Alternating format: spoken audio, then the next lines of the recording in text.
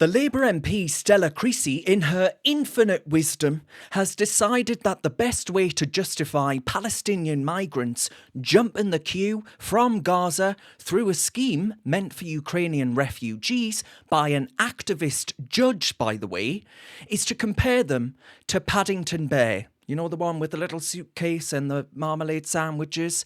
No, I'm not joking. I kid you not. Because as we all know, my friends, the best way to approach serious national security concerns is to turn them into a children's bedtime story. Now, I don't want to state the obvious to you. Yous are all very, very wise people. But here goes. 1. Paddington Bear isn't sodden real. 2. If he were, I don't recall him voting for Hamas or supporting a death cult. They still support Hamas in the Gaza region. They support a regime that murdered indiscriminately, raped and kidnapped. But this is Labour's approach to immigration in a nutshell. Reduce a complex issue into a goodly fairy tale, ignore all of the risks, and then smear absolutely anybody with any concerns as a heartless monster. Let's have a listen. Are part of our communities.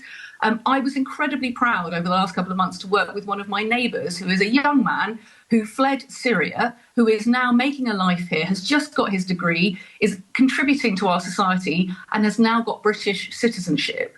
This process would deny that. It would deny, well, frankly, Paddington. Paddington did the same thing. He came by an irregular route. Isn't it fair, Stella Creasy, that we wouldn't give him a passport? We wouldn't give him a passport. A foreign national coming to the country. I don't want anyone from Syria because they've been through war and PTSD and all the rest of it. Will get all kinds of trouble. I don't want anyone from Gaza for much the same reason. And as I say, they backed Hamas to the hilt. They still do to this day. I don't want anyone that stones gays and enslaves women. Do you? And thirdly, I don't want anyone from even the likes of Pakistan, because of the cultural preload that they come with. So if that makes me a swivel-eyed bigot to Stella Creasy and her mad Paddington Bear comparison there, then so bloody be it. I think she's as thick as 2 short planks, if you ask me. Let's be clear, this ruling opens up the floodgates to anyone from a conflict zone with a relative in the United Kingdom. It makes a mockery of the entire system. You don't need to be Mystic Meg to see where this is heading. Now, Rupert Lowe, my friends, a brilliant MP, he summed it up perfectly. He said this. He said, if Stella thinks it's all so brilliant, she can take one of these unchecked foreign males into her own home. Do that for several months, and we might start paying attention to what she says on the subject. Now, he put it convincingly there, if you ask me, right? If we've just misunderstood Paddington, she should house one herself and see how that goes. Now, of course, Matthew Stadlin, professional Twitter bore and GB News wind-up, lefty, he chimed in, sneering this. He said this. What sort of vetting have you had as a working-age male, Rupe? Well, I'll tell you, Matthew. Rupert isn't living in an Islamist death cult that voted for said death cult and still supports said death cult, killing gays, enslaving women. But apart from that, Matthew, yep, totally the same thing, mate. What a ridiculous, sneering, contemptible argument.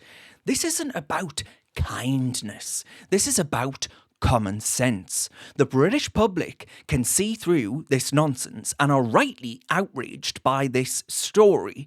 The only ones still right now clinging on to these childish delusions are the same out-of-touch left elite who, well, it's not just the left, the Tories have much to answer for, who are far too busy virtue signalling to notice the damage that has been done and would be done.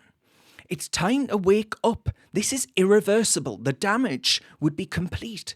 Britain isn't a fairy tale. It's a project worth defending.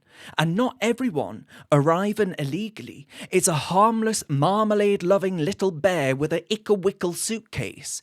We might as well get a very difficult kind of suitcase coming over if we invite every Tom, Dick and Harry, I assume their names will be somewhat different to that, but you get me drift, coming from Gaza. Madness. Labour ain't changed. Same old shit, different arsehole, if you'll excuse my French.